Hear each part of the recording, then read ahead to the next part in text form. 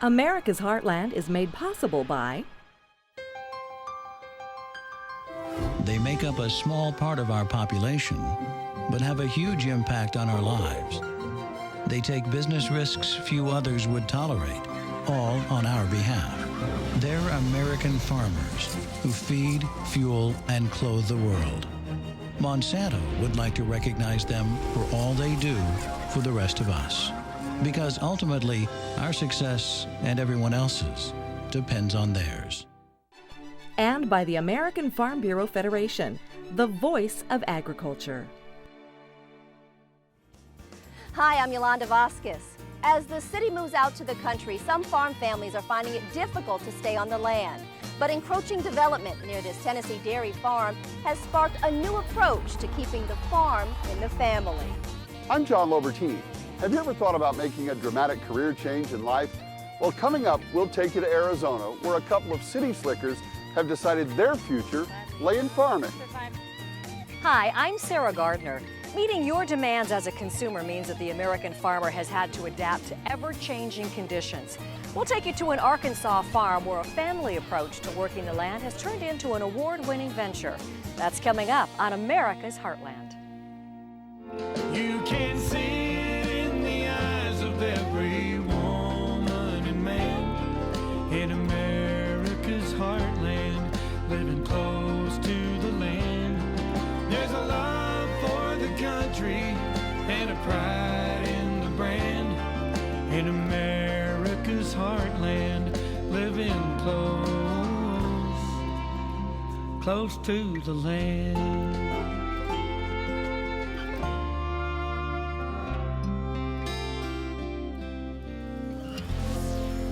To stay viable in business today, you have to adapt to the changing times. That's as true out here in the country as it is for people in the city. And for one dairy farm family, it meant striking out on their own with a new plan to grow their business.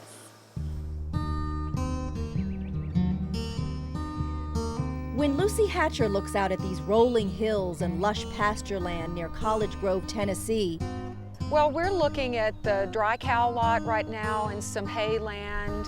she can't help but notice the interstate highway that recently claimed a significant portion of the Hatcher family's dairy farm. It took about 60 to 70 acres through the middle of the farm. The tight-knit farming family, whose ancestors settled this land in 1831, knew the highway would increase traffic, but they never imagined finding construction equipment and building materials directly across from their farm. As they look out their windows, farmland is being converted to more than 800 home sites. So with development right at their front door, It's going to be just cars and cars, lots of parking. That's another issue. Lucy and her brothers knew that changes had to be made to ensure the future of their family dairy operation. For decades, the Hatchers sold their raw milk to a dairy co-op. But fluctuating milk prices and escalating farm costs made it difficult for them to stay profitable. The prices fluctuate a lot, and right now they're at rock bottom. So it's really hard to sell raw milk and pay all your bills. We just knew that that was not solid enough to be able to hold on to the farm with taxes rising and property value rising. So we just started visiting farms, tossing ideas around. One idea that stuck was to create their own brand of all-natural pasture-derived milk. Coming up with the logo, the Happy Hatcher cow, and a strong message of family heritage was the easy part. How to process the milk, that was a bit more challenging. 1602 time. With no processing facility on site, the Hatchers began working with Middle Tennessee State University in Murfreesboro. They owned a small dairy processing plant on campus.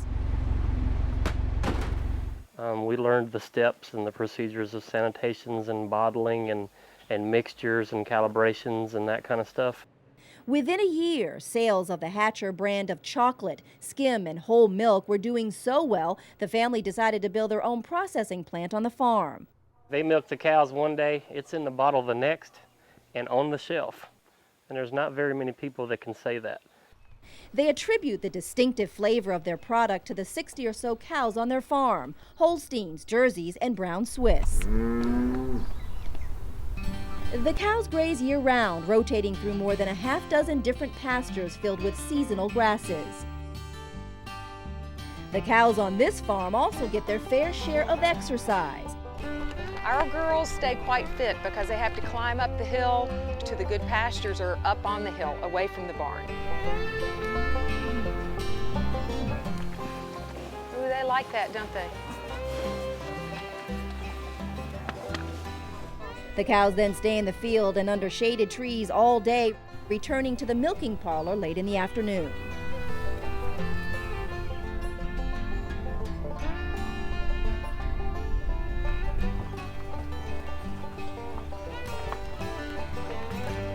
I think people want to know where their food's coming from, what they're eating, how the animals are treated. Wallace says they've benefited from efforts to buy local and support Tennessee agriculture. They built a small store on site to sell directly to the public, not only milk, but Hatcher Family Farm tote bags, coffee cups, and chocolate-covered cow patties. It's got a whole gallon and a 2% gallon. That gonna do it? We're really confident, feel really confident that it's going to work because we're in a definitely not a very strong economic time to be doing what we're doing, and the response has been wonderful. The recent development near the Hatcher's farm has changed the face of rural lifestyle here, but the family hopes it may also offer opportunity, customers for the new dairy products their farm is creating. And I think our new neighbors will appreciate the way we run things. And I do believe that we can, forge on into the future and hold on to the farm. Dairy cows were early arrivals in America. It's said the first cow arrived in the Jamestown colony of Virginia in 1611. And while cows are the best-known animals providing milk, water buffalo, camels, goats, sheep, horses, and reindeer are also milked. Nursery plants and flowers are a $17 billion industry in the United States. That's billion with a B. And one of the biggest money makers is the orchid. This interesting looking flower inspires passion from folks all over the world. They go to things like conventions, society meetings, and even get their flowers judged. So it's no surprise that some of the folks that have a passion for the orchid have also turned it into commercial success.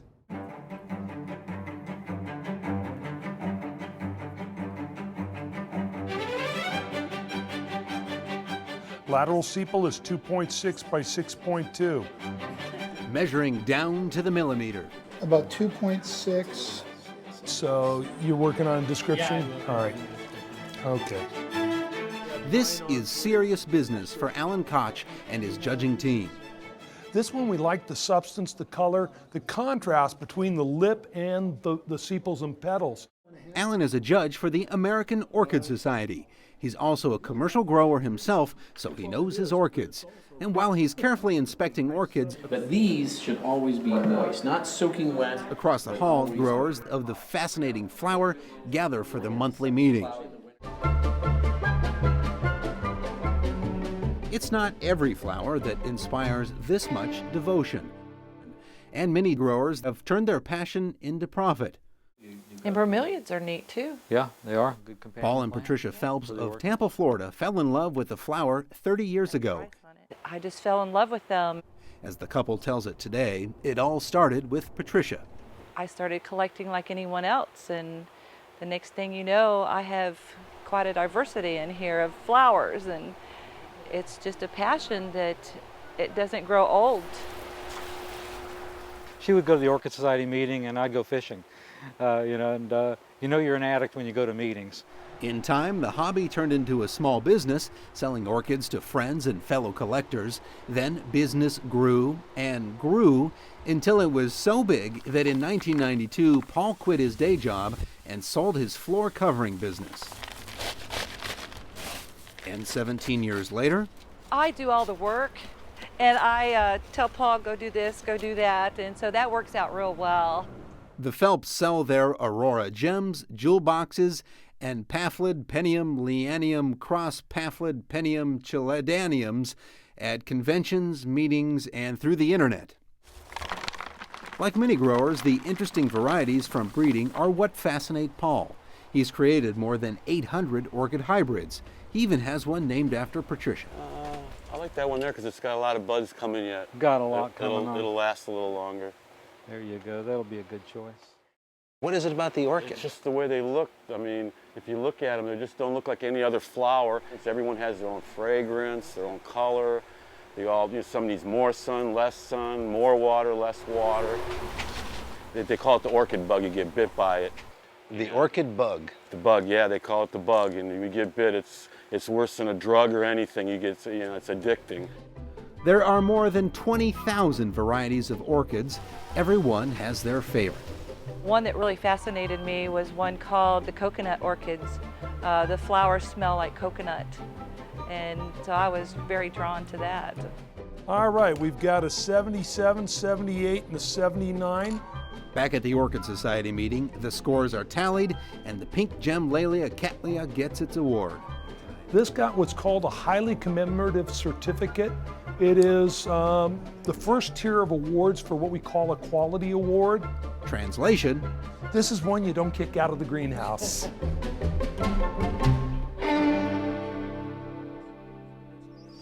Orchids grow on almost every continent around the world.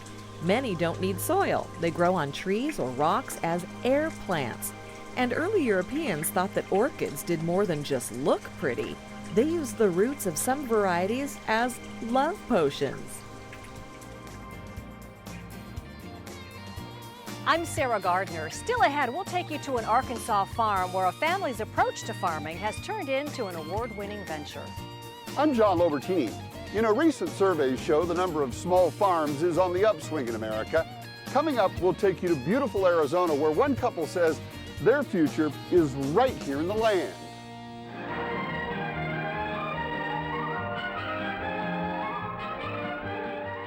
Well, if you're a salad lover or maybe just eating more vegetables to lose some weight, you've probably spent some time in the produce aisle, and maybe you've seen this. This is curly-leafed endive. Right next to it is radicchio. These are all members of the chicory family. Take a look at this. This is, too, it's a chicory cousin called Belgian endive, and the French pronounce it endive. This is produce with a past. Way back in the Belgian War for Independence in 1830, a young Belgian soldier named Jan Lammers stashed a bunch of chicory roots in his dark, dank cellar to use as a coffee substitute. While he was away, the roots sprouted tender, crunchy, slightly bitter leaf heads, and a new culinary craze swept Europe. Today, endive is grown and enjoyed worldwide, although under much more technically complex conditions than private Lammers' cellar. These are chicory roots that we plant in the field from seed. It takes about 150, 160 days to produce a mature root ready to harvest in the field. The harvested roots are put into cold storage to mimic winter dormancy. Then they're moved here, a state-of-the-art forcing room where for the next 28 days, total darkness, mild temperatures, and high humidity provide perfect growing conditions to produce a small, tight, tasty chicon, or head of leaves.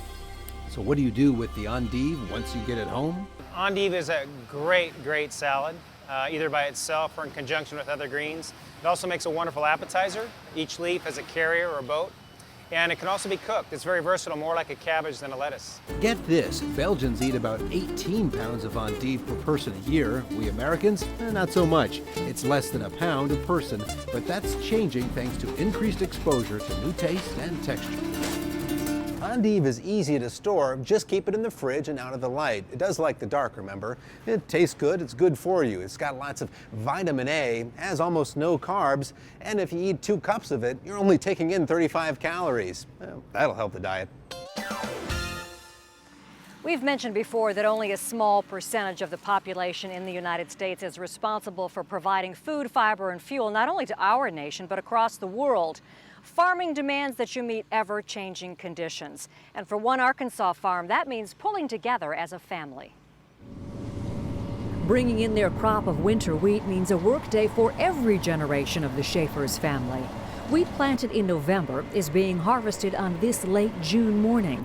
And at the same time, other family members run baling equipment to clear the fields and plant soybeans, all part of a yearly rotation of crops. May not get this the first time either. We've greased it up in here and strings are laying in there like they're supposed to. Bob Schaefer's is the patriarch of this Arkansas farm family, working 1,000 acres of land along the Arkansas River. Well, this is a part of an old plantation, one of the 3 biggest in central Arkansas in the 1900s, 1920s. It stayed in business till 1953.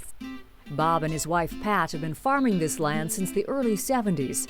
It's a family operation that now includes his sons, Chris and James, and their respective wives and youngsters.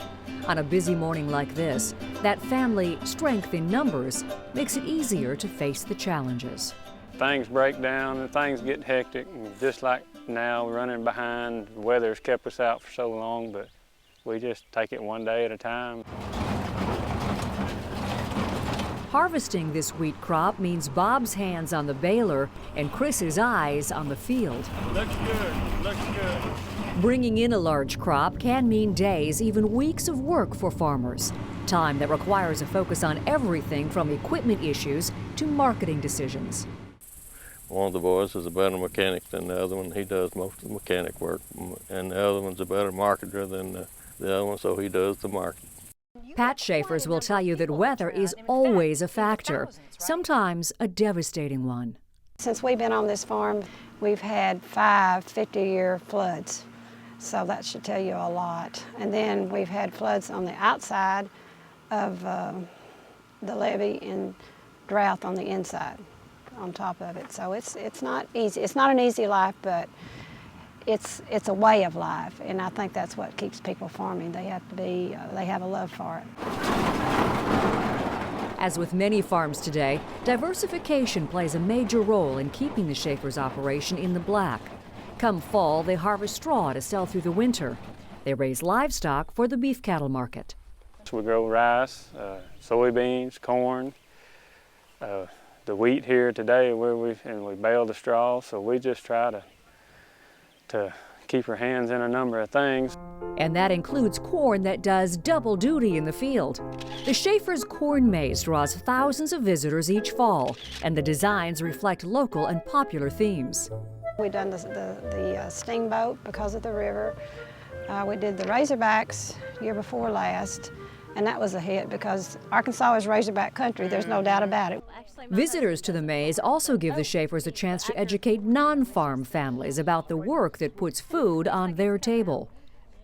And we try to teach them about agriculture because a lot of them know nothing, absolutely nothing. Bob, I'd like to present this to y'all. Thank you, Matt. On this day, the Schaefers take a break from their harvest to be recognized for their efforts to sustain and promote Arkansas agriculture. I mean, it's where all of American lifestyle stems from. Without food, nobody can exist. Agriculture is a hard way to make a living, but yet enjoyable on the other end. And giving someone a little honor for a job well done is just something that we felt was necessary.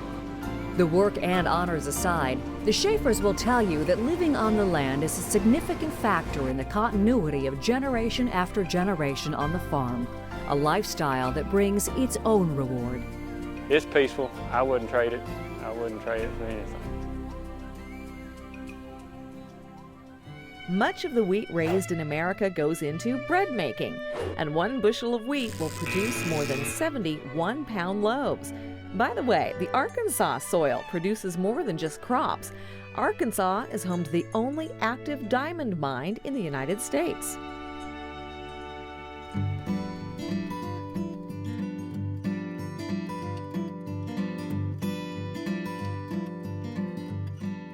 Hi, I'm Paul Robbins, and here's something you may not have known about agriculture. Soy products are a big consumer favorite these days. Some folks like soy milk, and others like to munch on edamame, those crunchy little baby soybeans in the pods. But even if you're not eating or drinking, soybeans play a major role in your life, including the shine in your hair or the shine on your car.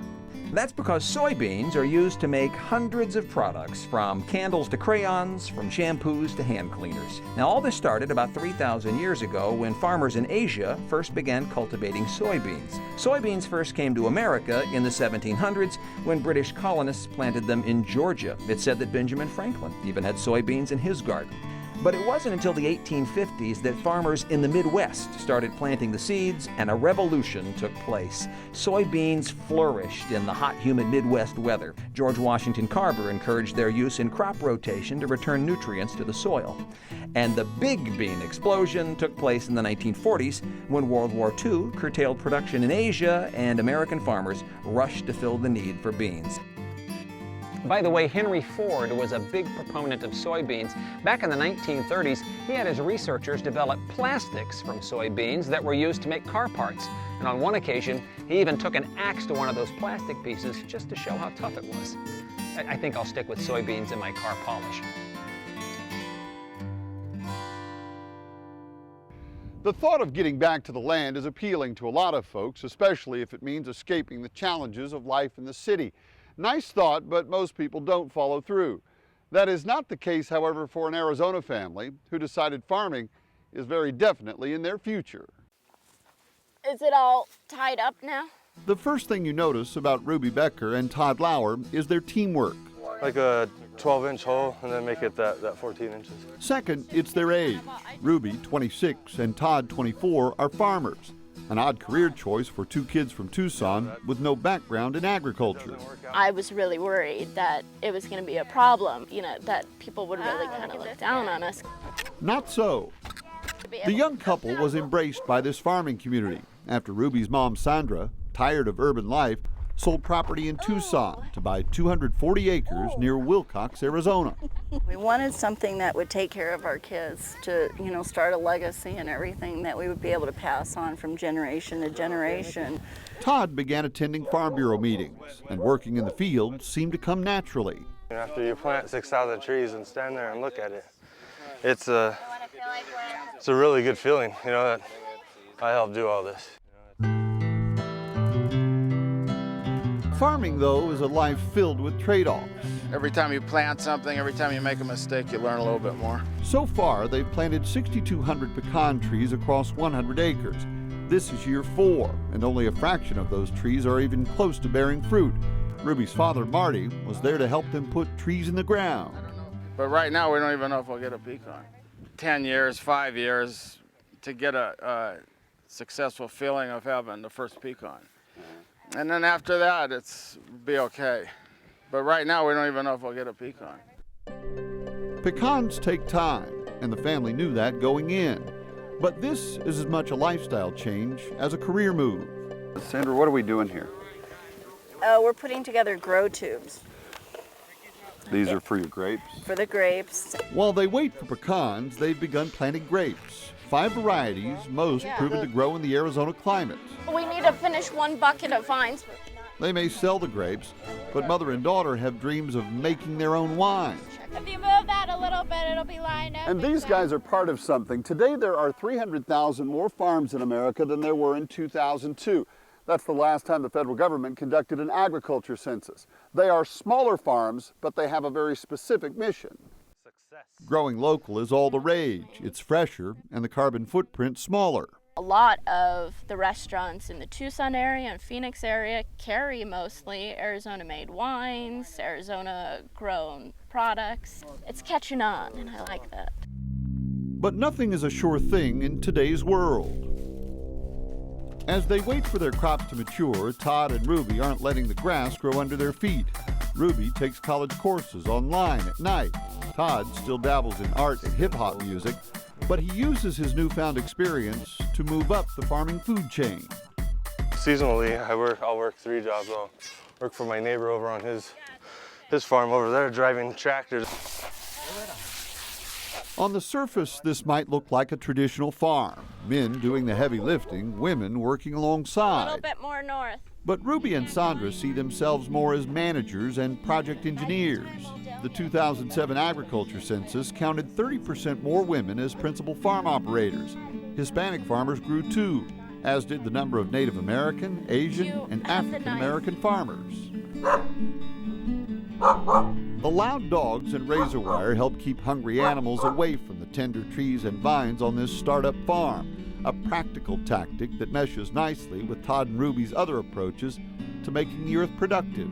We do hug our trees and sing to them and play music for them. I absolutely believe that that helps. And having, you know, the small farm that we do, you got to do everything to make sure that your small farm produces really good products. And it's a big science project. Well, that's going to do it from windy Arizona. Thanks for traveling the country with us on America's Heartland. And remember, there's much more information on America's Heartland on our website, including video from today's show. All you have to do is log on to americasheartland.org. We'll see you next time. To order a copy of this broadcast, visit us online or call 1-888-814-3923. The cost is $14.95 plus shipping. You can see it in the eyes of every woman and man in America's heartland, living close to the land. There's a love for the country and a pride in the brand in America's heartland, living close to the land. America's Heartland is made possible by They make up a small part of our population, but have a huge impact on our lives. They take business risks few others would tolerate, all on our behalf. They're American farmers who feed, fuel, and clothe the world. Monsanto would like to recognize them for all they do for the rest of us. Because ultimately, our success and everyone else's depends on theirs. And by the American Farm Bureau Federation, the voice of agriculture.